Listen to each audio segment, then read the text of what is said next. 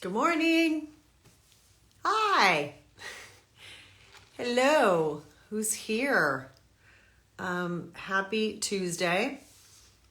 I have a new t-shirt that I'd like to share with our guest, Michael Weatherly. Hold on, I'm going to add him. This is always a thing, isn't it? I kind of like it though.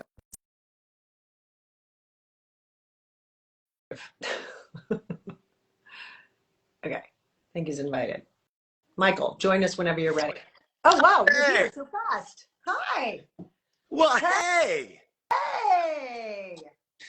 we're so modern We're with all of so our modern. You know technology. what?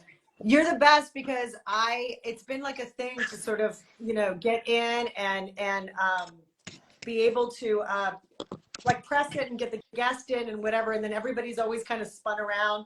And anyway, it's so good to see you. It's How good to are you? see you. Do you see who I have over my shoulder? Marcello. Is it Marcello? It's Oh, look Marcello at that Mastroianni. face. It's Look at that face. yeah. It's I had that in my dressing room when I was doing Bull for all 6 seasons. You may remember. Oh no, by I the do time you came, remember. No, I do remember. I do remember. I actually do remember when I came. It was perfect. Love you. You're quite aesthetic in terms of liking all of your things around you. Your music and your posters that inspire the mood of whatever yeah, character or I'll show thing you. you're I'll in. give you a It's good. little. It's good. I'll give you, you've been in this room before, but got all my stuff. I've got a infrared sauna over there Oh now. wow. There's I the want one of gym. those. But we're about to knock this. When I go to Budapest to make the NCIS thing, we're knocking this down and I'm turning it into a spa, uh, gym, musical recording haven. It'll be just the fanciest doghouse for a husband. Do it. Do it. I have friends that did it, and it's like this office slash creative space. And honestly, it's so important because you can't do it in your house. Like for our profession, we're always at home.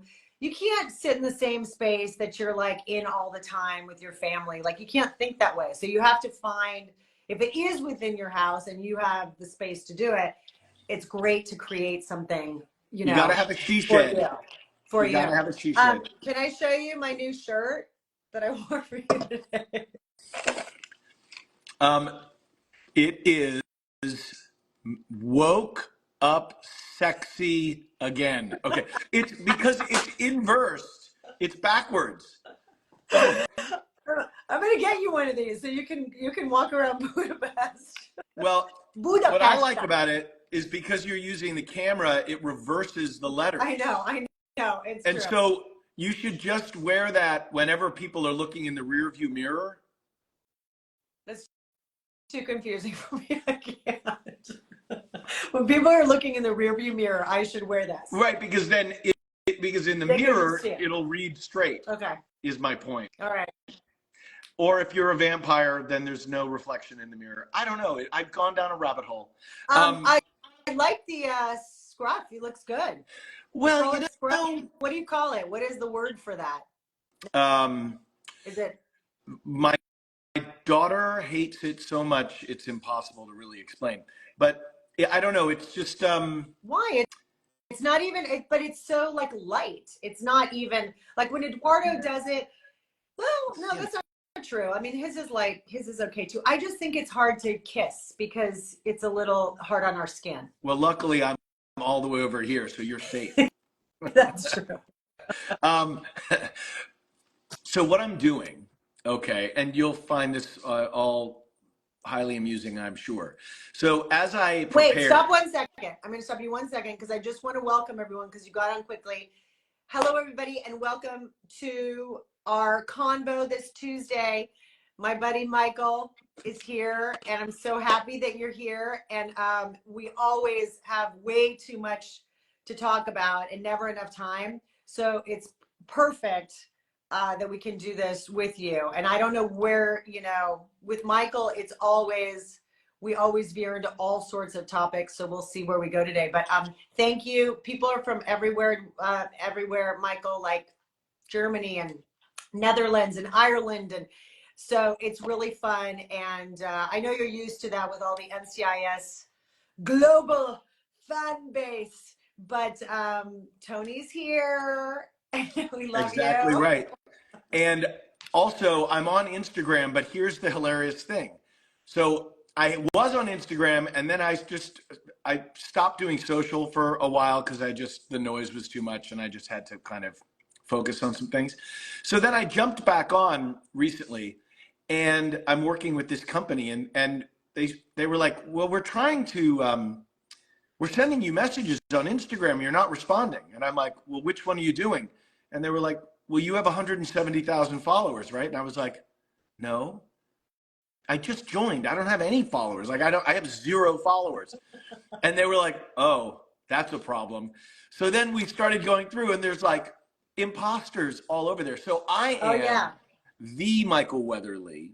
Oh, I am at the Michael Weatherly. No, underline, no umflot, yeah. no, it's I, just the Michael Weatherly. I was the Sasha Alexander forever because somebody had my name. And then I don't know what happened, but at one moment some years ago, all of a sudden I was able to get my name back. And so it was just that, and there was no the. So it was the same thing. Yeah. Yeah. I mean, Well, we're it happy is, you're back, Michael. I'm very, very happy to be back. So I'll tell you what I'm doing. I did recently get diagnosed with adult attention deficit disorder. Did you? So I didn't Is that a realize thing? it. No, are you being serious? Is that a thing? It is a thing. I have it I for sure. That's why I'm asking. I mean, I wasn't diagnosed, but I for sure have it. well, Whatever it is. Tell me. it's really great for an actor because we're like little goldfish. We get to one end of the tank and we're like, "Oh, look, there's that treasure chest again." We're constantly surprised. We can do take after take after take because we're constantly recharging a battery. I'll tell you, so I know I didn't get this from my father because my mother and father both came to visit when you and I were working together, season 1. And we were on stage 2 or whatever, where the sawmill was. And we were outside going into a house. And I only remember this because my father was at Video Village. And I was so proud to have him on a set. Oh, I remember. And And also, by the way, it's also because when we have family that are not in this business, they don't really know what we do every day. And I think that was one of those moments of your dad being on set, watching what you do. yeah. So as you know, take 1, the doorknob fell off, or take 2, they could see the boom guy in the reflection of the window, or take 3. So after take 3, Terry O'Hara or whoever said, "May you rest in peace, Terry," said, cut, print, check the gate, moving on. And my dad said, "Are you done?" And I said, No, Dad, that's just the first. We're going to do it again, but tighter. And then we're going to turn around. And we've got another 90 minutes of just knocking on the door and saying, "Federal agents," or whatever. And I just remember he stared at me for like 10 seconds. Like, really, I could feel the gears. And he said, "You work in a warehouse in the middle of nowhere, and you just do the same thing over and over and over. How many hours a day do you work?" I was like, "Well, yeah, yesterday was 18 hours, but today we might be 17 today." Yeah. Unless we, sometimes we would have 3 meals. You get to work and have a meal. Then you have, after 7 hours, a meal. And then 6 hours after that, you have another meal. And a nap. Maybe we have a nap. And a nap. I did fight for our little naps. But he looked at me, and his non-ADHD brain said, "I think what you do is ridiculous. I will be in the hotel bar. Give us a call if you're able to meet us for dinner," which, of course, I wasn't able to do because we worked until 1:00 in the morning, right? And but my mom would come and visit, and she was like, every take, she's like, "Oh, did you see what Sasha did in that take? Do you remember when I brought wine and cheese and you and I were in the car? We were outside doing a stakeout, and I was like, maybe if we press our bodies close together." And like, Tony was being totally inappropriate with Kate in the car, but Kate was actually so cold that she was like, Oh God, I can't believe I'm so cold. I'm actually considering what you're saying or whatever. It was a very funny, and then like we see a gunshot and we go out and the NCIS starts happening. But my mom came to the set and I got wine and cheese for her so that she could sit by Video Village and have like a little Yes. charcuterie. And then and then we went over and we're like, what do you think, Mom? She's like, oh, every take, Sasha, you're doing something different, something a little, because the ADHD brain loves that shit. So I'm like, thanks, Mom. It's Genetic. it's funny though now how like a lot of people are diagnosed with it, obviously. And my attitude is a little bit like, oh come on, I probably had it my whole life. I was fine. I was fine. I figured it out. I mean, nobody ever said, hey, get on something or help yourself. I always kind of had it. But I think you're right. I think it does help us. Listen, it's a creative brain and we Yes. need to stay busy. But I do agree with you because now having like not been on a series regularly, the idea of what we actually do when we're there, because I mean, you went from how many years on NCIS? 13. 13. I was going to say that. I went wrong. 13 to 6 years on Bull. And I did 2 years on Dark Angel before NCIS. And 2 years on Dark Angel. I remember because, and like so you went, but like what we spoke about last time I saw you when I was directing you on Bull, we've seen each other since then, but our conversation was a lot of when you come into a set for a short period of time, especially as a director, and then you leave. But as actors, we're together so much all day long, all the time that you kind of catch each other's rhythms and everything. And so that relationship is a very personal relationship, but also one that I think has to have boundaries, and it has to but you forget what that's like. Like now that I'm doing other things and I make my own schedule, I'm like, oh my gosh, what is that like to not be able to go to the bathroom without somebody knowing where you are at all times? Remember this story? It's crazy. I was this, and by the way, this is like when you're driving your car and that like engine light comes on, which means you should probably pull your car over. I was at the Sunset Tower with Dimitri having supper, and this was probably the very end of my tenure at NCIS or the first year of Bull, but I think it was the end of NCIS. And I was sitting with a group of people, like 8 of us, and I got up to go to the bathroom, and I got up and I looked around, and our waiter came by, and I said, hey, I'm just going to go to the bathroom. I'll be back in a second. And he said, sweetheart, you're not on a set. You don't have to tell me you're going to the bathroom. But I was so institutionalized, I told the fucking waiter. Oh yeah, it's because crazy. because someone has to know where you are at all time. And half the time, somebody's walking right behind you like, Sasha's going 10, 1 or 2. I'm not sure yet. When she goes in, I'll be able to. You're like, and for those laymen, 10-1 is a pee, 10-2 is a poo. And it goes out on the radio.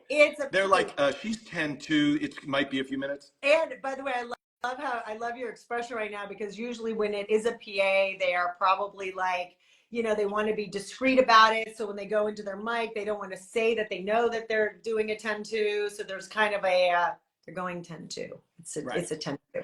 That's so funny. Somebody just wrote on here, Michael is a great actor. And I agree with you, whoever wrote that. I agree. And I agree because when we were in NCIS together, what I loved the most about working with you, and also then now getting to work with you behind the camera, is that you are authentically in your body and in your who you are. You work from who you are. There's no like pretend Michael on the screen versus who you are off screen. And I do think that those two things merge in a beautiful way. And what it does is, and what your superpower is, that you create relationship on screen. Right. And that's not something everyone can do. Like those of you that are not actors don't understand this, but sometimes the person that you're working with, maybe once they cut it together, it seems like you have chemistry, but in person, your experience with that actor is that they definitely don't give you anything. They work very insular, and they're very like thinking about their own performance. You're not like that. You've always been incredibly generous. You always think about everyone else's performance. And I always felt like you and I were able to create all the banter and the stuff that we did because we were always just kind of working with what was there in that moment and how do we make that richer and more fun and deeper and everything else. So I love that about you. Well, And your one of the things, wife. I love your wife. and your of wife. course, We're going to talk about Boyana. it's like, so go check out her Instagram when we're done. It's pretty fantastic. I won't understand it because it's so deeply into like she is a genius. She is a genius.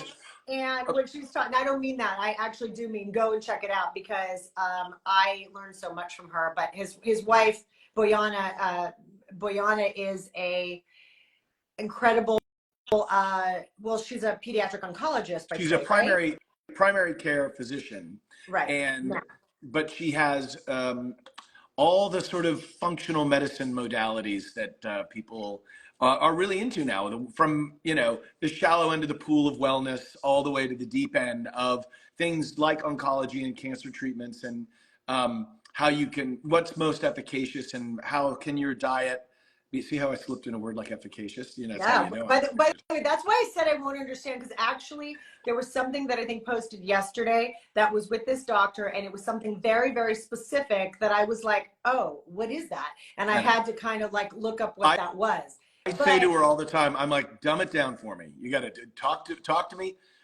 What did somebody say the other day? Talk to me like I'm smart. I thought that was so funny. You know, everyone always says, talk to me like I'm a third grader. It's like, can you talk to me like I'm smart? I'm getting a little ding here. Oh, somebody's like, hey, you're on Instagram. Let me turn that notification bell off. I know I had to learn how to do a do not disturb because Eduardo will like call me 20 times during this. Hold on. Let's talk about a couple things. First, I want to ask you, well, one, shout out to your great wife and family. Michael has beautiful family and really, truly one of the most gorgeous and intelligent women in his life. Like, so no wonder that you keep it all together because she keeps it together for you. Just kidding. That and our wonderful therapist. Just kidding. No, I love her, but I do think it's always been an amazing relationship to watch, because I remember in the very beginning, you were like, you know, we come off of a set and she's like, you know, in her residency at UCLA curing cancer and with cancer patients all day. And I just remember you being like, what am I going to talk about? Like how many times I did my take, and she's going out and doing something so important. But it's, what we do is our storytelling, and that's important to us. So, but anyway, I just love her. And so please give her a big kiss for me. You know, it was interesting that she said during residency, as she did the rounds, you know, depending on what ward it was or what the stations were, but she said, without fail, on pretty much every television in every hospital room, NCIS was playing.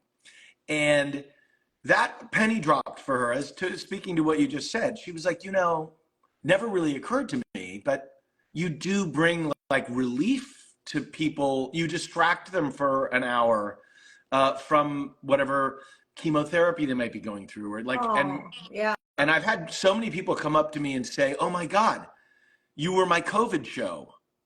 Like, it's like, oh, you were my breakup show, or you were my chemotherapy show. And because it is, you know, NCIS is fun. It's popcorn distraction. We're not curing cancer. We're not doing, but sometimes a vacation from the real world is a really wonderful thing. And I guess it's why, you know, well, we spend some time on that, when we don't have to get all into it, because I know there's a lot of secret things that we're not going to talk about, but your announcement was made. Congratulations on the new series. I'm super excited for you and Cody, and know that it's just going to be awesome. And how exciting that you get to go overseas and you get to shoot in Budapest, which, you know, is beautiful and a totally new. It's going to be a new adventure. It's going to be a huge adventure. Will I be in Buda? Will I be in Pest? We don't know. Yeah, what I will day be is it today? jumping over the Danube back and forth. So I just found out the name of the show, but it's still a secret. But I just found, I'll tell you offline. Okay. Um, and it's hilarious. It made me laugh for like a straight 30 Really? seconds. So if for so many reasons, it made me laugh. But the reason that I'm growing this little beard right now is as I prepare, because I've got about 12 weeks until I get in front of those lights. And I haven't acted really, except for one scene in the David McCallum special. It's been a couple of years, you know, and I have been going through a kind of process of self-examination, and my brother passed away and I had to go through. Sorry. Yeah, and it was really, I think it hit me a lot harder than I thought, and I was like, ooh, I've got a lot of stuff. And I got really fat when I was doing bowl. I can take it. You weren't But fat. well, part of me, I don't mind. Part of me You was, were, no, first of all, you were fat. Hold on, we have to laugh about this though, because no, you were not fat. We all have our like moments. But do you remember how hard we laughed when the episode that I directed, you had to roll around on the ground? and you were like, This was Michael, really your funny. belly is sticking out. So it was really funny because all the people that Michael had worked with for those 6 years were not 5 years or 6 years. 6 years. 6 years. That's what I thought. So I can't keep track. So they were all very close and everybody knows each other. But like Michael and I go so way back that when I arrive, our communication is just like I can say whatever to Michael. So here he is like rolling around on the ground in this scene, and the way that the camera angle was, it just wasn't like a flattering angle on anybody. Okay, let's just say you had to roll around like doing yoga and your shirt was coming up. So I was like, stop. And I went over and just tugged your shirt down or told you to tug it down. And everyone was like, ooh, there was like a moment of like, oh, she just like told him to put her shirt down. And you're like, okay. Well, like, one of the things that goes back to what you were talking about in the beginning, and I think you embody this as well, but the vanity is the enemy of acting. If you are self-conscious and at all thinking like, how do I look taller? How do I look thinner? How do I look, you know, smarter? Or how do I look? I always, and part of the therapy I've been going through is examining why I have this impulse, but I always take myself down first. I like to, and so when I started playing DiNozzo, and really that was with you, that's really I found him through you. Aww. And I love that. Yeah, sorry, that was.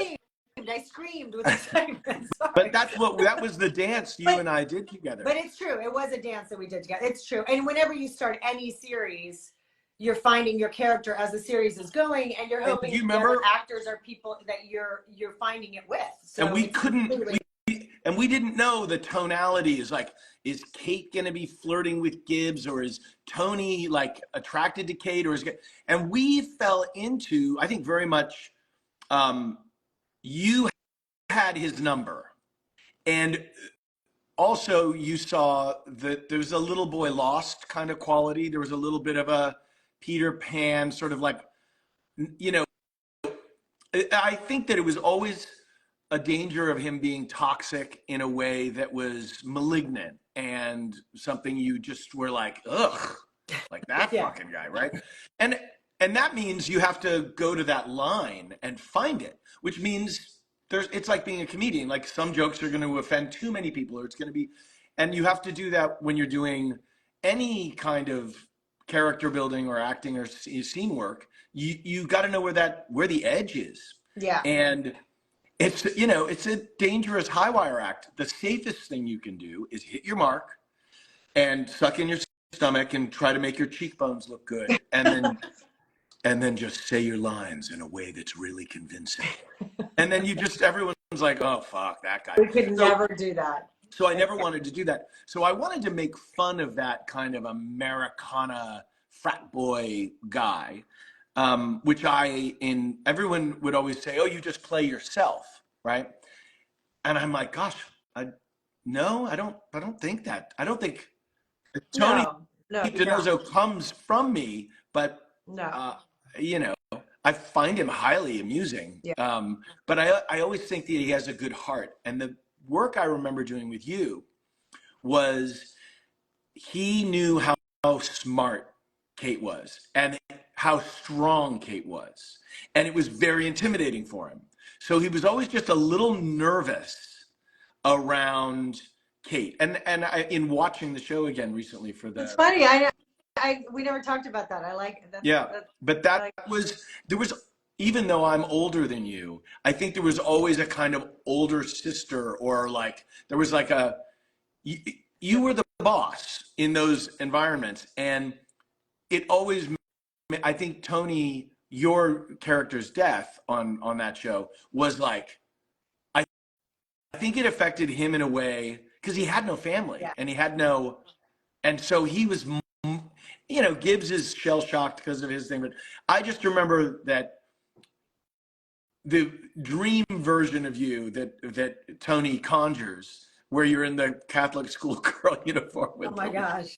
But that took a lot of trust for us to do that with each other and find and by the way not just that but like to find it hilarious and to Well, find it fun, you know. yeah, and also I also you know how grateful I am to you always because I feel like it's really it's you spend so much time with people and it's hard. Like we were young and that was it was a really like long hours and you always took such good care of me. Just you were just so sweet and like took such good care of me. So Well, thank you. I didn't realize, you know, how burnt out I had gotten until when you were directing Bull. And I should say to anyone out there in the land of the heart emojis and things, um, you, well, your natural intelligence and enthusiasm and energy just automatically makes you awesome to be around and to have on set. But you're so prepared. You were so prepared, and you came in some people over prepare and then they have to have it exactly their way and they get really like uncomfortable if it's not they get kind of anal about the and you know you would stand where you wanted to put the camera like a pro director and then everyone would you do the blocking and like if someone asked you'd be like maybe you should move over that way I think that's good I don't know let's try it again let's see and you were so supportive and uh, you helped us conjure something and I think that's something for a director you gave us a sense of ownership of our movement in the scene and of our choices and so when you support an actor with that then they feel like oh and then we want to make you proud and we want to show you this cool thing that we came up like you're not operating from a place of fear you're operating from a place of like love and support and to me that is can we all just Sasha Alexander ladies and gentlemen. I love you. Thank you. No, you know, I love it. I mean, that's why I think that, you know, I love it. I love people. So, I mean, that's why I'm doing this because we like to connect and talk to people and we're curious and we're both like, you know, but I love that. And I think that as an actor, we've had the directors that come in and tell you where to stand and you're like, yeah, but it doesn't feel so comfortable. And so I also think on a series, you know your character better than the director coming in. And so why would you ever stifle that? Like you have to let people breathe and find it and figure it out. So yeah, I would never ever approach it like that. I would, like when directors have done that over the years with me, I just am like, wait, but it's not all about your edit. It's also just about this moment that we're having and making this the best moment that it can be. Yeah. So, and in order to do that, you have to allow the actor to find their space and own their space and figure out what that is. Yeah. Well, it is so interesting to go back to work this summer with so basically what I'm doing is I'm doing a very intense I'm working out 6 days a week. I'm swimming. I'm in a place where we do stretch lab. I do, and yoga has now been introduced back into the thing. Good. And I'm doing all that. Let me turn, I think maybe if I close this computer, it'll stop these things.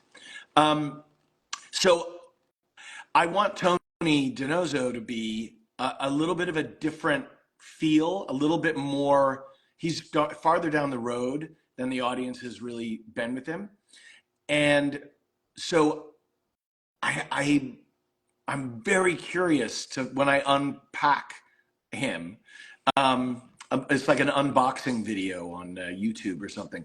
I'm gonna unbox Tony DiNozzo, and I'll be just as surprised as, because the writers come up with all the stuff, but you don't know until a scene is on its feet if it's like what the tone is and where you're at and how you No, and feel. also it's going to be so affected by your setting. I mean, just the fact that you're in another country is in itself such a great experience. Like you're taking in everything that's around you, the people, the smells, the food, the whole feeling of that creates a character in itself. That's And how completely, about having like 3 days off, right? Like I wrap on a Thursday and they're like, okay, you don't work until Monday afternoon. And you I'm drink sitting, wine on Friday. It's a wine day. but It's a I'm wine just and cheese thinking day. I could be on a train to Prague Yeah. or a train to Vienna or a train to wherever. Mhm. Like it's all right there. And that's in the United States, we don't really understand the way that Europe, I mean, on the East Coast here, you got Boston and DC and New York and Philadelphia and, New Jersey. And there's so many cities that are tightly packed. But even as a proud American, I have to say, it's not Paris, Vienna, Prague, Warsaw, like It's going to be Berlin, amazing. Frankfurt, It's Munich. going to be amazing. Yeah, I'm really excited for you to come and visit. You just hold on. Your screen went blurry. You're coming back though. Ooh, sorry. It's coming back. Yeah, we will visit. We're there all the time, so it'll be super fun. And there's definitely places I want to remind me to tell you that. Well, you know it because of Boyana and everything, but you guys have been to a lot of places. But we have so many friends around there too that you have to see and visit. I wanted to ask you something else about UFOs. Can we talk real quickly about your UFO? If we can close can we with switch UFOs. gears for a second? Well, I'm always sort of thinking about UFOs. So yeah. Mhm. So in And 2017. also your music. Before we leave, I know you're working on a lot of music, so. Oh yeah, but in 2017, the New York Times put up this. When I was 9 years old, I saw Close Encounters of the Third Kind, and it was like a seminal moment. And Star Wars. I mean, these were the movies. So I had space on the brain as a kid, but every once in a while, I was in an airplane once, and I saw. I was looking out the window for half an hour, flying up to Vancouver, and just sort of staring at the clouds and the thing. And what looked like a missile came right at our airplane from the west, and it was traveling below us, but it was coming right at the airplane, and it went right underneath the aircraft. And I got up, and it was in the first class thing in Alaska Airlines, and I went over, and I was like, a thing just flew out. And like 3 other people looked out, and I was in someone's lap going, look. Stop. What was that?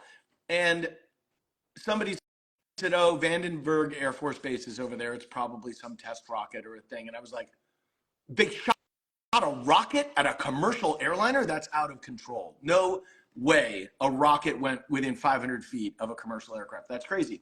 And it was like a cylindrical thing. So in 2017, when the thing came out and they were showing the videos of the tic tac and the thing, I was like, hold on a second. That's the thing they're talking about. It would look like a tic tac. Right. And then I was like, this isn't real. This can't be real. And every 6 months or so, I'd see some story about UFOs. And I have to say, obviously, I start with the skeptics, a healthy skepticism. But I don't know. There seem to be a lot of kooky things going on, and I'm not a conspiracy theorist. Like I do think the Kennedy assassination is fishy, and actually, maybe I am a conspiracy theorist. Somebody get me Joe Rogan. Joe Rogan. No, I agree with you. I think there's like a lot of talk about. I don't know. Same thing. When I was 9, I saw this like documentary series, and I still remember it. And everything that they described in it was so like creepy, and it always stayed with me. But then over the years, what was strange is that when you'd hear different accounts, they were always similar.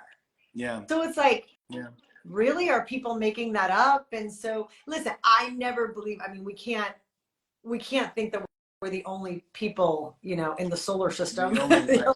But what it is probably is just like we didn't really know that we had like, bugs in our gut biome or whatever Yeah. like until somebody invented the microscope, we didn't know what the hell that subatomic particle world looked like. Like there's a lot of shit that we didn't know existed that now exists, but it always coexisted with us.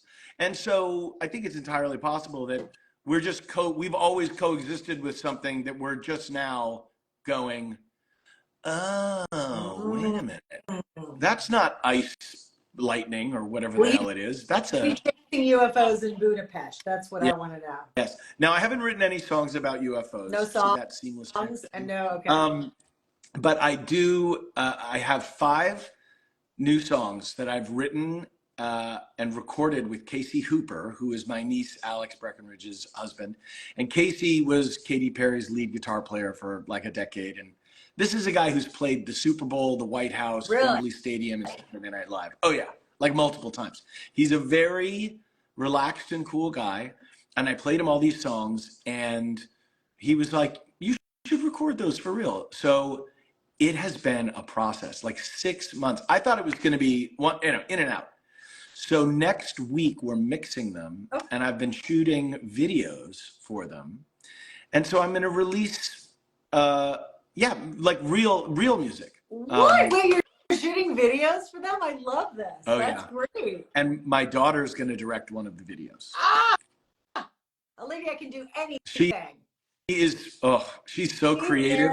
Oh my gosh. So she wants to do stop action, and she wants me to be like a Ken doll in a stop action video. She's got a whole thing. And I'm like, let's go. You know what? She loves forced perspective. So she loves putting like a small doll in the foreground and me in the background, but we're both in focus. So we look the same size. So I look like a doll. Like she's so smart. I cannot wait.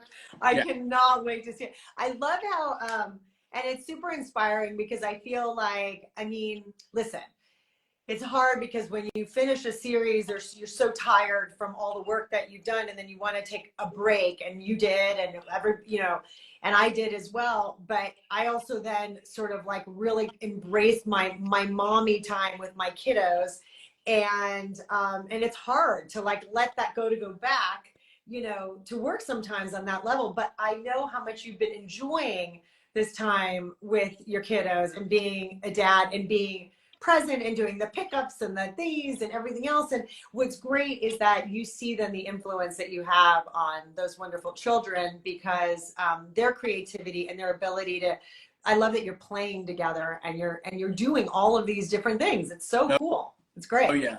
I'm a maniac. I love it. I'm a maniac because I opened my pool in like early April on the East Coast. Like there was still snow like a few miles from here. And I'm like, open the pool, let's get her going. And then the kids and I were all like polar bearing in the pool. And Boyana was in a winter coat. She's like, you're crazy. What are you doing? But the kids are adventurous. And part of that is they've traveled a lot. But part of it is, I think that they have a crazy dad, and he's ready and willing and able. So these are very good times. I feel really blessed. And I know, I can't even think about them leaving the house for college or anything. It's too much for me to even like put in my brain. So we'll have a chat about that offline as well. Oh my gosh. We hosted a pre-prom party the other night.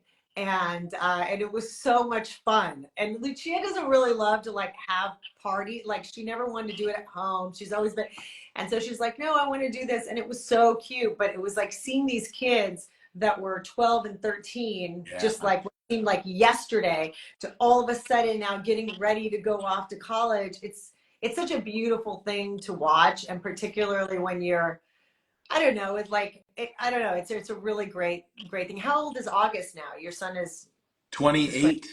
28. Yeah. Yeah. So you've gone through that shift of teen to, them becoming their own person. And, but it's really fun. As a divorced person, I didn't get to have that everydayness. When I was talking to my friend who's divorced about this the other day, and he goes, yeah, it can be hard. He's like, but it's also kind of awesome because, you get a couple days where you just can do whatever you want. Do whatever you want. And then you have, so it's like all on, all off. But I pretend that we have that. See, like I'll just go away on a trip, and I'll come back. I'll go work. I'll come back, and then we just pretend that we've got this. Hey, it's your turn. Go. So we get like little time off. right. I mean, because I mean, you know, we all need a little bit of, especially I think as we said, our creative ADHD brains are like bing bing bing bing. Like I know.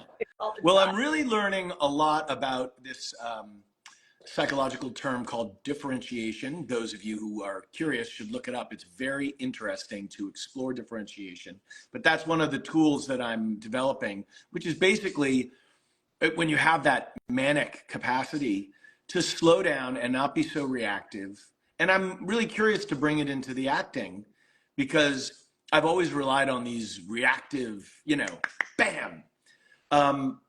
But I'm curious to give it a slightly different feeling and kind of move in my man Marcello Mastroianni's direction.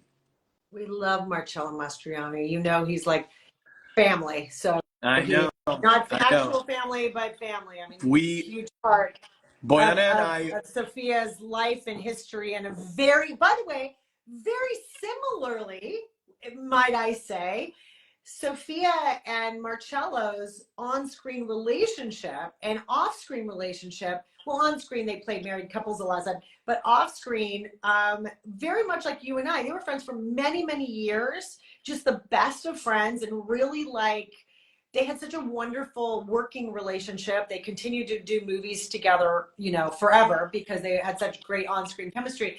But they were a blast. She just adored him to his bones, like loved him. well, Such a sweet. what a great way for us to finish because that means you and I have to work together. So let's go figure out a little project for us so that we can go and have fun. And you pick the place where it's set, and then we'll go I love it. You're making shit happen, Michael Weatherly. manifest it. Gotta manifest You're manifesting what you want to do, and I'm so happy for you. And you're going to be busy for a while, but that will give us time. You'll go and do Marcello and Denozo, and you're going to have this amazing experience. And hopefully, we'll come and have a little, you know, I don't know what a Hungarian pastry is.